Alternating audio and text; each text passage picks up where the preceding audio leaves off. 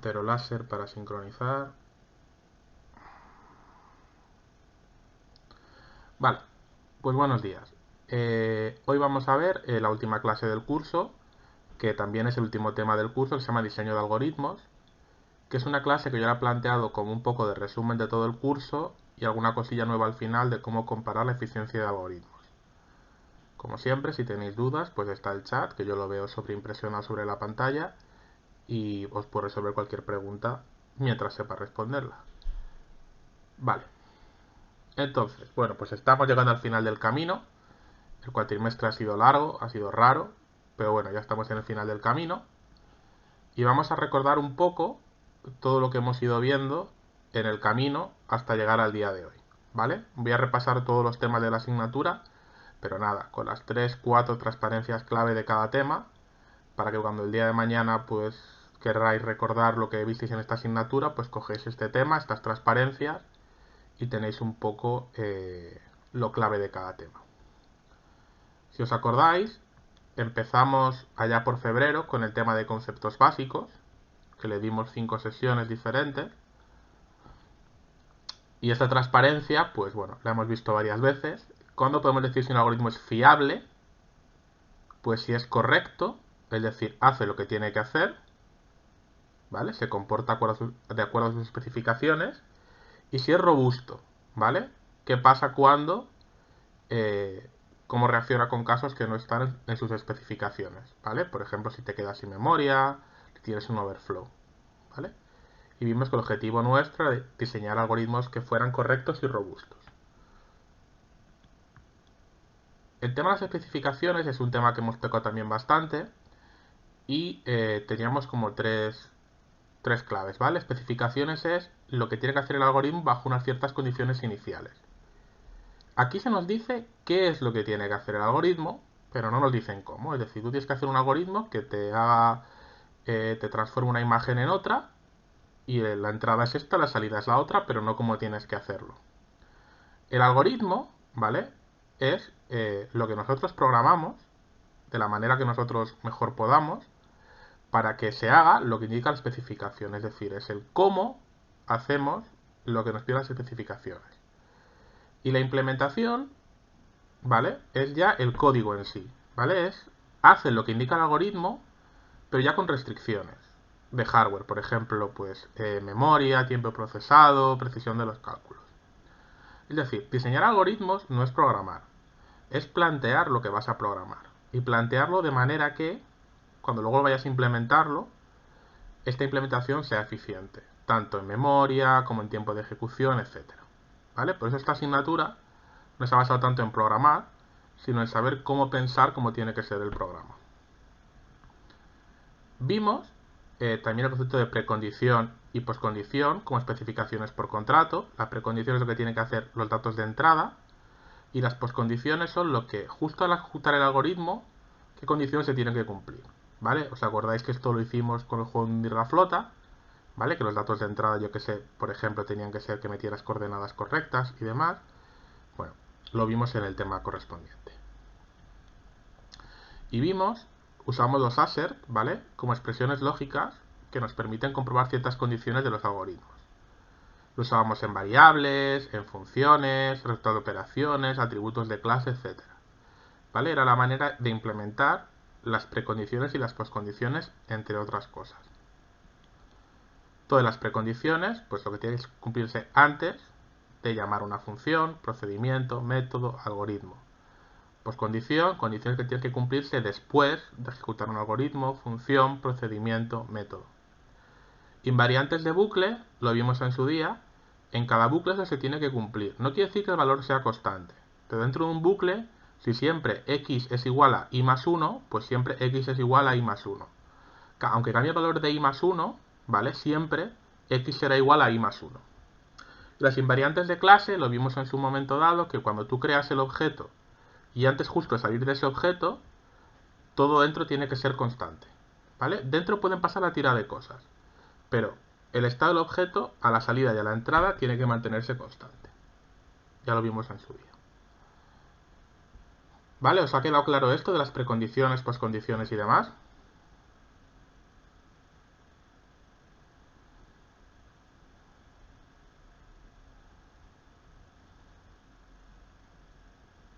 Muy bien. Vimos también el tema de la complejidad, ¿vale? Que nosotros podíamos mirar la eficiencia de un algoritmo de dos maneras, según el tiempo que tarda en ejecutarse o la memoria que utiliza. Nosotros en nuestro caso nos centramos en el tiempo que tarda en ejecutarse un algoritmo. Teníamos el caso mejor, ¿vale? En el cual ejecutamos menos instrucciones. Lo que pasa es que ya os dije que no es una información que aporte mucho, porque no es el caso más frecuente. El caso peor es el que ejecuta más instrucciones, y eso nos va a decir el límite máximo de ejecución del algoritmo. Que tampoco es el caso en el que tenemos que fijarnos mucho, porque lo más probable, y ya lo hemos visto con los algoritmos estocásticos, es que el peor caso no se vaya a dar siempre, pero bueno. Y el caso medio, que es el que nos interesa, es en el cual nosotros hacemos un número de instrucciones igual a la esperanza de la variable aleatoria de las posibilidades del dado tamaño de entrada. Que esto encaja mucho con el último tema que hemos visto. ¿Os acordáis de los algoritmos de Las Vegas tipo 1 de Sherwood? Pues al final lo que hacíamos era intentar buscar el caso medio, perjudicando un poco a los casos mejores, pero beneficiando mucho a los casos peores. Entonces esto, que lo hicimos en el examen, miremos el tiempo en función de operaciones elementales. Las operaciones elementales podía ser una suma, una recta, una asignación de variables, un salto, ¿vale? Llamadas a procedimientos, returns, tal, comparaciones lógicas o acceso a indexadas básicas. Por ejemplo, un AD1 de un array, pues, bueno, pues el acceso es una operación elemental. Y nosotros luego aprendimos a desarrollarlo y a llegar a cotas asintóticas que se cumplen seguro cuando la n es grande. Y nosotros podemos definir tres cotas asintóticas, que era la O grande, ¿vale? Si el peor caso es de orden O de F, la sigma de F, si su mejor caso es de orden sigma de S, y la teta de F, si su mejor caso, su caso medio es de orden teta de F. Y al final teníamos esa gráfica, ¿vale? Y nosotros siempre, bueno, lo que hemos hecho más típicamente es la O grande, ¿vale? Que es el peor caso, la sigma es el caso mejor, y al final tenemos la teta, que es el caso medio. Ya os he comentado muchas veces que nosotros lo miramos a partir de un n0, ¿vale? Que lo que pasa en los primeros índices no nos importa tanto. Nos importa lo que pasa cuando ya la n tiende al infinito. Sobre la recursividad, que se entiende entendiendo la recursividad, básicamente es resolver partes más pequeñas del problema para tener una solución general. Y entonces lo que vas haciendo es cada vez, pues mira, como la imagen esta de la viñeta esta, ¿no? Que coges una, cuando coges una, coges otra, pero cada vez el problema es más pequeño y llega a un punto en el cual llegas a lo que llamábamos el caso base, que el caso base era en el cual ya no podías hacer más recursión y luego ya iba resolviendo otra vez de atrás para adelante. Entonces, un método se puede definir de manera recursiva si puedes llamarse a ti mismo. Hay un caso trivial, si no hay un caso trivial la hemos montado. Cada llamada recursiva es con menos datos que la anterior y se resuelve en tiempo finito. En este caso, si vemos que la recursividad es infinita, no tiene ningún sentido y no vamos a acabar nunca la ejecución de nuestro programa. Ese fue el tema 1, ¿vale? Supongo que os acordáis de todo. Bueno, hemos hecho el parcial hace menos de un mes, así que bueno, supongo que os acordáis bastante de todo. Yo lo que querría que os quedarais claro de aquí era el concepto de fiable, correcto y robusto, el caso de las precondiciones y poscondiciones, cálculo de complejidad y la recursividad ya la habéis visto en las asignaturas anteriores. Pero bueno, un repaso nunca viene mal. Entonces nos adentramos en el tema 2, que era un tema que de programación no tenía nada, pero era algoritmos de búsqueda, ¿va? Aprendimos que era un algoritmo de búsqueda porque todo lo que hemos hecho durante el resto del curso es intentar recorrer árboles y o grafos para buscar soluciones. Entonces un algoritmo de búsqueda es aquel que resuelve el problema de búsqueda, que es buscar información almacenada en una estructura de datos. Y, en nuestro caso, dado una secuencia de entrada, unos datos de entrada, es capaz de encontrar la secuencia, los pasos, los nodos que tiene que visitar para alcanzar la solución óptima. Vimos la no informada versus la informada. La no informada era como el partido de tenis, ¿vale? Nosotros intentábamos devolver la pelota lo antes posible, pero sin pensar en el movimiento siguiente. Mientras que la informada sí que intenta pensar lo que va a pasar en el... Bueno, va a pensar un poco más en lo que va a pasar después. La no informada simplemente hace el árbol de soluciones hasta llegar a la meta, pero no mete conocimiento específico del problema en ningún momento. Mientras que la informada sí que utiliza comportamiento específico del problema. Esta tabla de resumen la vimos, que era pues la idea básica de la informada, conocimiento del problema sí, la no informada no. Eficiencia, la informada es bastante alta, porque como tienes conocimiento del problema, pues haces menos pasos tontos para llegar a la solución. Las que la no informada es más fuerza bruta. El coste es bastante bajo de la informada, en la informada es alta. Lo que sí que es cierto es que es más difícil programar una informada, porque tienes que saber mucho conocimiento del problema, mientras que la no informada, pues cualquier algoritmo básico genérico te puede valer. Pero bueno, tenemos ambas opciones, ¿vale? Vimos como ejemplos de la no informada, pues teníamos el DFS, el BFS, el IDDFS. Vimos la búsqueda bidireccional y el Lowest Cost First Search. Mientras que la informada vimos el Best First Search y una implementación que es la estrella. ¿Vale? Me habéis demostrado en el examen que sabéis perfectamente las soluciones que os van a dar porque os pregunté las 3 primeras y la estrella. Así que creo que eso os ha quedado bastante claro. Pues eso espero. ¿Es así? ¿Este tema os quedó claro?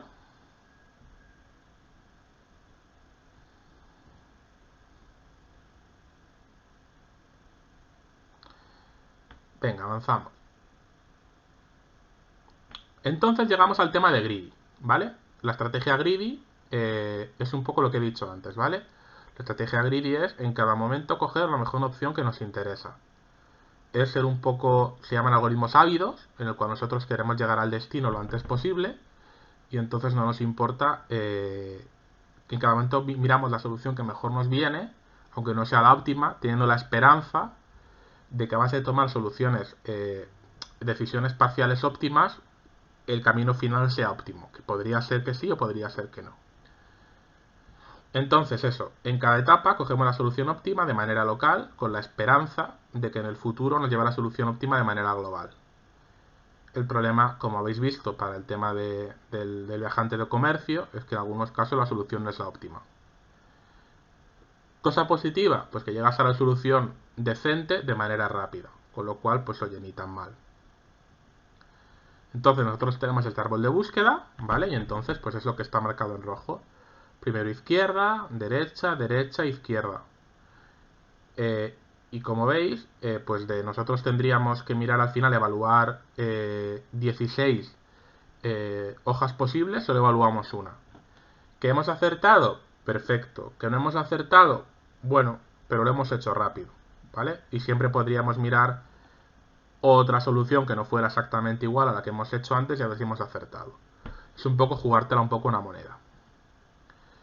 Pero vimos que eso no era eficiente. Y entonces vimos el backtracking, ¿vale? El backtracking se centra en recorrer el árbol de búsqueda de manera usando un algoritmo similar al DFS para la búsqueda, ¿vale? Es encontrar la mejor combinación posible en un momento dado. Y si encuentras una alternativa mejor, te la guardas. Si es incorrecta, vuelves para atrás y tomas la siguiente alternativa. Cuando terminamos todas las posibilidades, ¿vale? Volvemos más para atrás y tomamos la siguiente opción. Si no hay alternativas, la búsqueda falla. Es decir, esta es el árbol vacío, la tupla vacía de búsqueda. Cuando avanzamos, añadimos un nodo, avanzamos, añadimos otro nodo. Que vemos que esto no nos conviene, volvemos para atrás, quitamos el nodo que añadimos y vamos hacia la derecha. Y al final podemos explorar todas las posibilidades del árbol de búsqueda, ¿vale? Es decir, cada paso adelante es añadir un elemento a la tupla y creas un nuevo estado. Cada paso atrás es quitar un elemento de la tupla y volver al estado anterior. Este esquema es bastante básico para entender el backtracking. Vimos dos tipos de mejoras, ¿vale? El backtracking óptimo y el forward checking. El backtracking óptimo es, en este caso, nosotros podemos tener en cierto modo una estimación ya de un coste del camino. Y si en ese momento, cuando metemos un elemento nuevo, vemos que ya nos vamos a pasar del coste o que la solución no va a ser correcta, una vez que lo metemos pero sin hacer más backtracking, el backtracking óptimo es si yo meto un elemento y ya sé que no funciona, no hago todo lo que haría con ese elemento, ¿vale? Es el backtracking óptimo. Mientras que el forward checking es si antes de yo intentar avanzar en la solución antes de ramificar. Si yo ya sé que no voy a llegar, no la meto, ¿vale? Es decir, el backtracking óptimo lo metes, pero al meterlo compruebas que no va a ir bien y ya no haces todo lo que tendrías que hacer, no ramificas más. Mientras que el forward checking es directamente ya ni lo metes, ya ni ramificas, ¿vale? Entonces, lo que vimos en su día, para el caso de la mochila, era que nosotros calculábamos una cota, ¿vale? Mirábamos cuál es el beneficio máximo que haríamos si tirábamos por un camino determinado. Y vimos que si en un momento dado nosotros veíamos que por ese camino el beneficio que íbamos a tener era menor que el mejor que teníamos acumulado hasta el momento, pues directamente no tomábamos el camino, ¿vale? ¿Os queda claro la diferencia entre backtracking óptimo y backtracking con forward checking?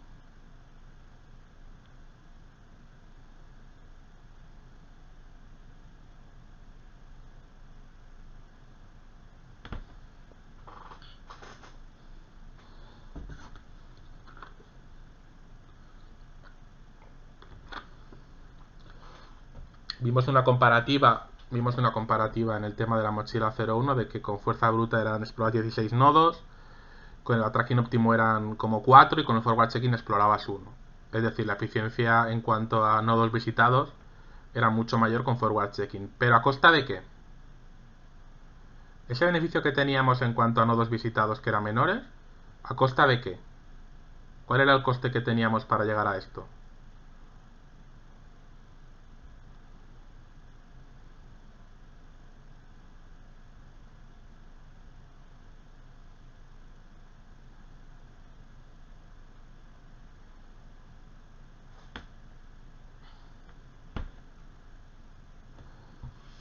Venga, pensad un poquito.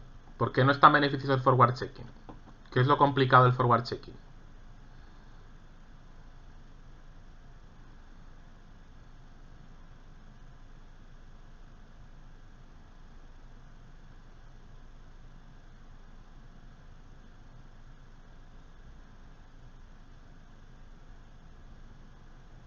Bueno, pues que el cálculo de la función de cota no siempre es tan fácil, ¿vale? Y que a lo mejor la eficiencia computacional de calcular la cota no te compensa respecto al hecho de tener el backtracking óptimo, que es más fácil de calcular. Bueno, después de esto llegamos al primer tema del segundo parcial, que es el branch and bound, que si os acordáis era, a diferencia del backtracking, era ir dejando nodos vivos para explorar más tarde, pero siempre explorábamos el nodo más prometedor en cada momento. Es decir, nosotros tenemos un nodo vivo, que es un nodo de espacio soluciones, que podría ser ramificado, o ser solución si fuera una hoja. Un nodo muerto es un nodo que ya no ramificaremos más. ¿Por qué? Ya no se puede, porque es una hoja, porque no te lleva solución, no es completable, o no mejora lo que tienes en curso. Y el nodo en curso o en expansión es el nodo más prometedor y es el nodo que se está ramificando. Si lo mirábamos así, nosotros tenemos una serie de nodos muertos, estos son los nodos vivos, y en cada momento tú cogerías de esos nodos vivos el más prometedor, que lo hacíamos con una función de estimación, ese es el nodo que ramificamos. Y luego pues pasarán a ser esos nodos parte de los nodos vivos, el nodo que habíamos ramificado se queda como nodo muerto, y cogeremos el siguiente nodo vivo, más prometedor, como nodo en expansión. ¿Vale? Las fases eran selección un nodo de la lista de nodos vivos, depende de una estrategia de selección, el más prometedor o no, ramifico, y luego podo aquellos nodos que, por ejemplo, que van a ser nodos vivos, pues que ya sean muy poquito prometedores, pues entonces ya ni siquiera los meteré nunca en la lista de nodos vivos, y añado los nodos no podados, los que han sobrevivido, a la lista de nodos vivos. Selecciona el nodo a ramificar y una función de estimación que inicia lo prometedora que será la solución si añado ese nodo. ¿Vale? Los problemas típicos que han de minimizar, pues a valor más bajo, más prometedor. ¿Vale? Y la idea de implementación era meterlo en una cola con prioridad, un min heap, y hemos trayendo cada vez el primer elemento de la cola, que sería el que tenga la estimación más baja, para ramificar a partir de él. También vimos en el caso de la mochila, que era al revés, que era un problema de maximizar en este caso beneficios, y priorizábamos los nodos con valores más altos. El branch and bound simplemente es esto, tener varias soluciones todavía vivas, no es como el backtracking que vas por un camino y vuelves para atrás, sino que en el caso del branch and bound, pues puedes volver atrás en cualquier momento, y no solo volver atrás un paso, sino puedes volver atrás infinitos pasos si el siguiente nodo vivo que te toca desarrollar es un nodo que está más para atrás en la etapa de expansión. Vale, ahora pasamos a programación dinámica. La programación dinámica, si os acordáis, se basaba sobre todo en problemas grandes con partes repetitivas, descomponerlo en partes más pequeñas, ¿vale? Y algunos problemas que hacemos varias veces, por ejemplo Fibonacci, que repetían muchos cálculos, pues el objetivo era, cada vez que hacíamos una cierta solución, la guardábamos en un sitio y cuando volvemos a detectar que estamos calculando lo mismo otra vez, en vez de calcularlo de manera nueva, pues cojo de donde sea de la tabla y lo utilizo, ¿vale? Y esto era imprescindible, que los problemas no fueran independientes. Vimos el tema de, pues otra vez la mochila 01, vimos otros problemas de optimizaciones, vimos también el tema de lo de los ladrones robando casas, ¿vale? Bueno, vimos varios problemas. Básicamente es que tenemos un problema, lo dividimos en subproblemas y a su vez en subproblemas. Y la gracia es no calcular cada subtarea más de una vez, dejando los dos parciales en una tabla de resultados. Vimos que una alternativa era la memorización, ¿vale? En este tipo de problemas, pues cada vez que calculábamos un dato lo guardábamos en una tabla y luego cuando calculamos un dato nuevo, si alguna de las partes ya estaba calculada, lo recuperábamos. Otra alternativa que vimos era para ciertos problemas que no hacía falta guardar todos los valores. Por ejemplo, en Fibonacci siempre calculas el n-1 y el n-2. Entonces, si tienes el de 3, tienes el de 2 y el de 1. Pero una vez que calculas el de 4, que tienes el de 3 y el de 2, pues el de 1 no lo quieres para nada. Con lo cual, solo haría falta guardar, pues en este caso, 2 o 3 valores y no todos todo el rato. Vimos que hay que cumplir el principio de optimalidad de Bellman, ¿vale? Con una secuencia óptima de decisiones, la subsecuencia de decisiones tiene que ser óptima. Y, bueno, para poder aplicar programación dinámica hay que tomar problema basado en decisiones, una decisión en cada etapa, y que cumpla la optimalidad. Y los subproblemas tienen que ser simples, ¿vale? Poder dividir el problema grande en varios pequeños, de igual estructura, esto es muy importante, o sea, el subproblema no puede ser diferente del problema grande, dependientes, que la solución del subproblema 5 utilice algo del 4, 3, 2 o 1, ¿vale? Que las soluciones de los subproblemas no sean disjuntas, y que podamos componer la solución final como composición de los subproblemas. Y entonces básicamente era, bueno, pues la idea para resolver el problema es convertirlo en algo en el que sea una secuencia de decisiones, definir la solución de manera recursiva, calcular la solución óptima y luego construir la solución óptima, ¿vale? Calculas, construyes. Hay dos estrategias, el top-down y el bottom-up. El top-down es problema grande, lo pones en partes más pequeñas, y el bottom-up de cosas más pequeñas a problemas más grandes. Básicamente es esto. Esto lo vimos hace 2 o 3 semanitas. Y vamos con el último tema que hemos visto, los algoritmos estocásticos o probabilísticos. Que si os acordáis, son algoritmos que no siempre funcionan, pero que cuando lo hacen, que es una gran parte de las veces, lo hacen de manera más rápida que los deterministas, que son los algoritmos que hemos estado utilizando hasta ahora. Entonces vimos una comparativa, ¿vale? Los probabilísticos son algoritmos que, lo que he dicho antes, no siempre funcionan, con lo cual, con mismos datos de entrada, pueden a veces no dar la solución. Entonces, un algoritmo estocástico puede no acabar, ¿vale? Pero si no acaba, tiene que pasar en rarísima ocasión, ¿vale? Un determinista acaba siempre. Por tanto, tendremos que evitar casos como dividir por cero, bucles infinitos, etc. En cuanto a la solución del determinista siempre va a ser la misma, salvo que puedas pedir que nos dé todas como greedy. Un estocástico puede que te dé soluciones diferentes para el mismo conjunto de entrada de datos. Nunca permitiremos que un determinista no tenga una solución que no sea correcta. Un estocástico podría dar una solución incorrecta. Eso sí, otra vez, como hemos visto en el tema de la semana pasada, si repetimos el algoritmo muchas veces, al final la probabilidad de que dé la solución correcta es bastante alta. Computacionalmente, un determinista a veces es difícil calcular su eficiencia computacional. Para el estocástico es muy difícil, porque a saber qué datos de entrada cogerá. Un estocástico podemos calcular una solución que sea equivocada, ¿vale? Podemos asumirlo, porque sabemos que va a pasar rara vez. Un determinista podría llegar a fallar ni siquiera por el algoritmo en sí, sino porque pete en memoria y de una solución equivocada. Por tanto, lo importante es que ni los deterministas ni los estocásticos al 100% nos dan una solución correcta seguro, porque uno puede fallar ya por naturaleza los estocásticos, pero falla muy pocas veces, y el determinista podría fallar simplemente por temas de hardware, ¿vale? Sí que es cierto que hay muchos problemas, como por ejemplo la vida del universo, que ni deterministas ni estocásticos dan una solución en un tiempo razonable. Para esto, pues mejor el estocástico, dando la respuesta rápida y que en alto porcentaje es una respuesta correcta, ¿vale? Por ejemplo, vimos el caso de la descomposición de números primos, que un determinista podría tardarse horas y horas y horas, y un estocástico te daba la solución bastante rápido, con alto porcentaje de fiabilidad. Recordad que los estocásticos nos decían bastantes veces que una solución era correcta y luego que si era falsa ya la probabilidad era más baja de que fuera cierta o no. Pero que uno de los dos casos siempre lo clavaban. Vimos Monte Carlo, que Monte Carlo lo que pasa es que te da una solución correcta y cuando no te la da la solución puede ser un poco random, ¿vale?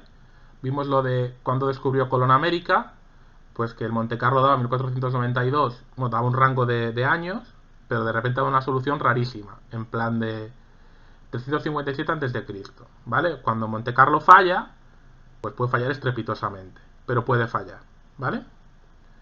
Y vimos que los algoritmos eran P correctos, ¿vale? Porque la probabilidad de obtener una solución correcta era mayor que esa P. Y que nosotros podíamos hacer repetición del algoritmo varias veces para aumentar el porcentaje, para aumentar la P corrección.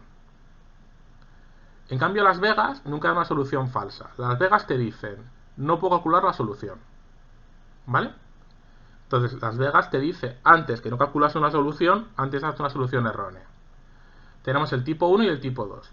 El tipo 1 siempre encuentra una solución correcta, ¿vale? Y los tipo 2 a veces no te dan una solución, ¿vale? Y vimos diferentes casos de los números primos, etc. Y esto es la teoría que hemos visto en la asignatura. Como veis, hemos ido construyendo las búsquedas de soluciones desde cosas muy sencillas como el greedy a cosas ya más complicadas como el branch and bound. Y hemos visto técnicas para aumentar la eficiencia de nuestra programación, como es la programación dinámica, que nos ha permitido, para ciertos problemas con condiciones específicas de dependencia y de particionabilidad, poder calcular soluciones de problemas grandes a partir de problemas pequeños. Y hemos visto los algoritmos estocásticos al final, que nos permiten, para ciertos problemas donde la solución determinista es laboriosa de calcular, pues poder calcular una solución que en alto porcentaje de posibilidades va a ser correcta.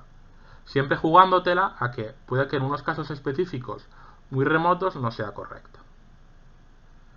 ¿Os ha quedado un poco claro los conceptos que hemos visto en la asignatura?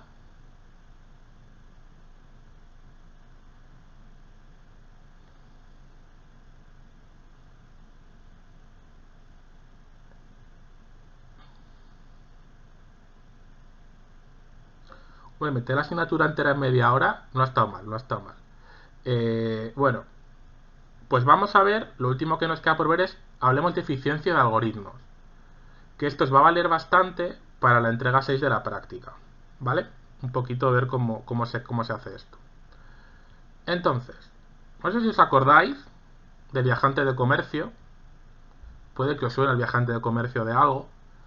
¿Vale? Que es una persona que tiene que visitar diferentes clientes en diferentes ciudades. El recorrido que tendrá que hacer será, primero, siempre parte del origen, siempre llega al final, y el resto de ciudades las puede visitar en cualquier orden, ¿vale? Y puede ser que para ir de una ciudad a otra de las obligatorias a visitar, pasemos por ciudades intermedias que no eran obligatorias de visitar, pero no pasa absolutamente nada, ¿vale? O sea, si yo tengo que ir de Valladolid a Sevilla y tengo que pasar por Madrid, pues se pasa por Madrid. Aunque no tuve que visitar Madrid, pues tengo que hacerlo, ¿vale? Y no pasa nada. Lo importante es que el viajante de comercio visite las ciudades intermedias, las obligatorias, en el orden que a él mejor le convenga, para minimizar la longitud del recorrido, y que la última que visite sea la ciudad final. El resto, whatever, lo que pueda hacer. Entonces, dentro del proyecto habéis tenido que implementar 6 formas distintas, ¿vale? Tenéis el greedy, el backtracking puro, backtracking más greedy, branch and bound heurística 1, branch and bound heurística 2 y branch and bound heurística 3, ¿vale? Tenéis 6 formas distintas. Y ahora podríais decir, ¿y cuál es mejor? ¿Vale? ¿Cuál es mejor de las 6? Podríais pensar, hombre, pues por evolución de temario, pues será branch and bound con heurística 3 porque como está más avanzada. Pero no tiene por qué, ¿eh? No tiene por qué. Entonces, ¿cómo analizamos algoritmos? ¿Cuál es más eficiente? Pues puede depender, ¿vale? En nuestro problema, aparte del algoritmo en sí, puede depender de las siguientes variables. Número de vértices del grafo, número de aristas del grafo, ¿vale? Número de conexiones entre ciudades y número de vértices a visitar. Estas 3 variables podremos jugar con ellas para ver si, bueno, si somos capaces de ver cuál de ellas tiene más influencia en el rendimiento del sistema, ¿vale? Entonces nosotros vamos a ver un ejemplo hoy en el cual vamos a usar estas 5 medidas para mirar la eficiencia de los algoritmos. De un algoritmo dado, no voy a decir cuál es, un algoritmo dado. Entonces, pues el tiempo de ejecución, número de soluciones creadas, soluciones ramificadas, de las que creamos hijos, soluciones podadas, que no consideramos, o soluciones en memoria. Son 5 variables. Podemos coger cualquiera, pero estas 5 ya nos van bien. Entonces aquí tenemos una primera gráfica, ¿vale? La azul, ¿vale? La azul siempre muestra el caso mínimo, ¿vale? El caso mínimo, el mejor caso posible. Y la roja muestra una ejecución normal, ¿vale? Nosotros podemos ver, por ejemplo, que a partir de cierto número de vértices de grafo, pues el máximo de soluciones en memoria y las soluciones ramificadas se mantienen constantes. Mientras que el tiempo de ejecución varía bastante según vayan los vértices en el grafo. En cuanto a las aristas en el grafo, bueno, vemos que una gráfica de dientes de sierra, ¿vale? Y que según vamos aumentando las aristas en el grafo, bueno, pues el tiempo se mantiene más o menos estable. Podríamos decir que el tiempo no varía tan grandemente respecto a las aristas en el grafo. Los vértices a visitar, si cambiamos vértices a visitar, la complejidad no aumenta mucho hasta que no tenemos más de 9 vértices a visitar. ¿Alguien puede decirme por qué estas gráficas no son tan sencillas de comparar? ¿Algo que no está bien hecho del todo en estas gráficas?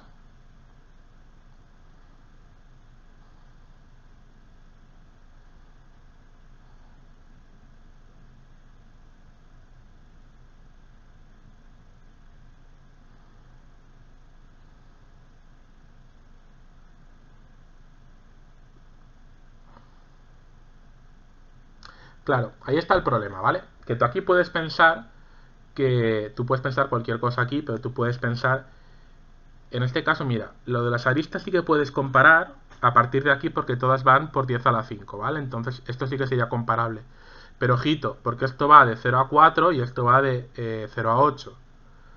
Es decir, estas gráficas están bien para mostrar tendencias de que sube o baja, pero en cuanto a valores hay que tener mucho cuidado porque no son iguales. Por ejemplo, esta gráfica va de 0 a 15, ¿vale? Y esta va de 0 a 4 millones, ¿vale? Entonces hay que tener un poco de cuidado cuando me presentéis las gráficas en el informe final, pues que las gráficas tengan los ejes correctos para que todo sea comparable, porque si no, bueno, va a ser difícil saber si realmente la tendencia podemos comparar bien las cosas. Pero claro, esto es una ejecución, ¿vale? Esto es una ejecución. Pero claro, si tenemos un sistema que nos genera de manera aleatoria, imaginaros, los vértices a visitar, las aristas, las conexiones y demás, pues tenemos diferentes ejecuciones, ¿vale? Esta sería una ejecución, ¿vale? Esta sería otra ejecución. Esta sería otra ejecución, ¿vale? Vamos viendo que las gráficas van cambiando un poco, sobre todo la parte de la izquierda, la cola de la gráfica, va cambiando los valores. Esta sería otra ejecución. Esta sería otra ejecución, ¿vale? Diferentes ejecuciones. lo que quiero que veáis aquí es que no siempre dos ejecuciones con los mismos datos, bueno, aquí los datos cambian, ¿vale? Pero que dependiendo de los datos de entrada, pues los perfiles de las gráficas pueden ser un poco diferentes. Esto puede poner miles de ejecuciones consecutivas. Entonces, manteniendo el mismo número de vértices, aristas y nodos a visitar, con diferentes combinaciones de grafo, aquí tenemos mismos nodos, pero estamos cambiando las aristas y los nodos a visitar, pues dan valores diferentes. Entonces, claro, ¿cómo podemos nosotros sacar una métrica que nos diga cuánto de bueno es este algoritmo u otro? ¿Qué métricas os pueden ocurrir?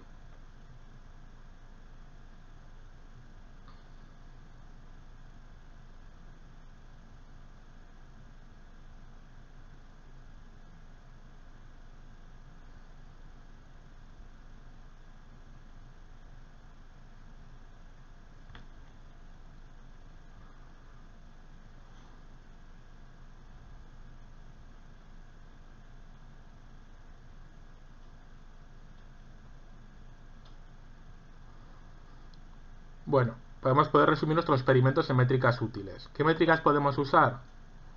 Pues la media, ¿vale?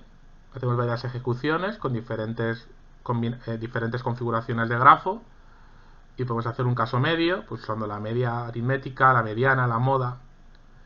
Una desviación estándar, ¿vale? Que nos dirá si la heurística es robusta o no, ¿vale? En este caso podemos ver si el algoritmo que hemos usado, si vemos que depende mucho de la configuración del grafo, pues muy robusto no va a ser. O el máximo que nos da el caso peor. Ya sabemos que como la cota máxima, lo de la O grande, pues no es lo mejor que podemos hacer porque nos muestra un caso que probablemente sea bastante irreal. Pero es bueno saber cuál es el tiempo máximo que vamos a tardar en ejecutar algo. Entonces, si aquí estamos usando, en este caso sería la media, ¿vale? Podemos ver que tenemos menos picos, ¿vale? Que teníamos las ejecuciones individuales. Tenemos menos picos. Es más suave la gráfica, ¿vale? Si os fijáis es más suave la gráfica. Si uso la desviación estándar, ¿vale? Podréis decir, ¡buah! Es un horror. Es terrible la desviación estándar. Bueno, depende para qué, ¿vale? Es decir, yo que sé, por ejemplo, para el tiempo de ejecución, si os fijáis, está entre 0 y 0,1. Es decir, la variación de tiempo de ejecución es bajísima respecto a las diferentes ejecuciones. Sí que es cierto que respecto a otras variables, pues sí que varía bastante, ¿vale? Sí que varía bastante. Hay que tener cuidado, como he dicho antes, con la escala, ¿vale? La escala es diferente en cada caso. Porque aquí llegamos a 6 por 10 a la 5, aquí a 3 por 10 a la 5, bueno, pues aunque los perfiles sean similares, hay que mirar un poco los valores de las gráficas. Y el máximo, bueno, de nuevo es más suave, obviamente, porque solo estamos cogiendo el máximo en cada momento, y nos muestra el caso peor, ¿vale? Incluso para el mejor caso, ¿vale? El caso azul que era el mejor caso, la más óptima, depende de cada parámetro y variabilidad, o sea, no creamos que el mejor caso... Claro, es que aquí estamos mirando en por 10 a la 5, ¿vale? Y la gráfica azul estaba muy bajita, porque estaba entre 0 y 0,1 por 10 a la 4, a la 5. Si hacemos el zoom y miramos realmente lo que es lo que pasa en la gráfica azul, que es la mejor, pues vemos que hay variabilidad para los parámetros, ¿eh? Lo que pasa es que la variabilidad es menor del mejor caso que casos aleatorios. Entonces lo que tendréis que hacer vosotros, pues es lo mismo, hacer las ejecuciones.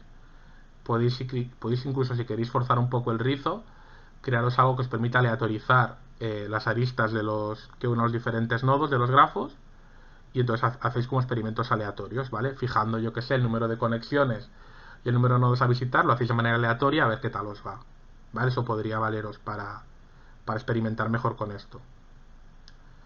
Por eso os digo, consejo para la entrega final de la práctica, quiero un análisis similar al que os he mostrado, ¿vale? Vosotros tenéis diferentes grafos que os he dado, pues podéis poner el grafo sencillo, el grafo más complicado, incluso podéis vosotros tocar las ciudades que queréis visitar, ¿vale?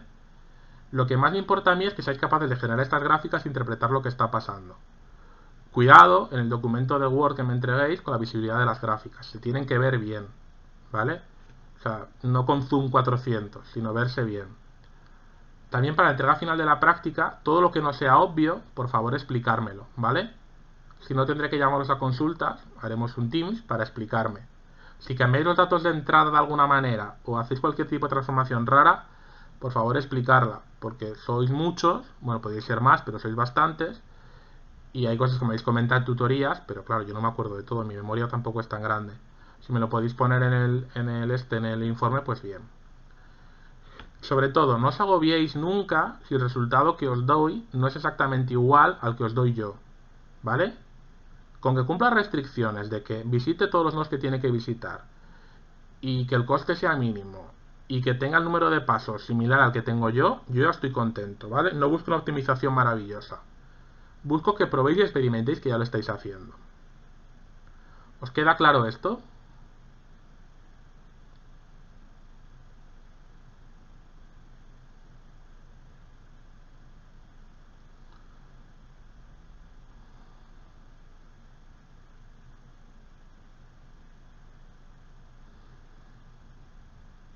Pues hemos llegado al final del camino.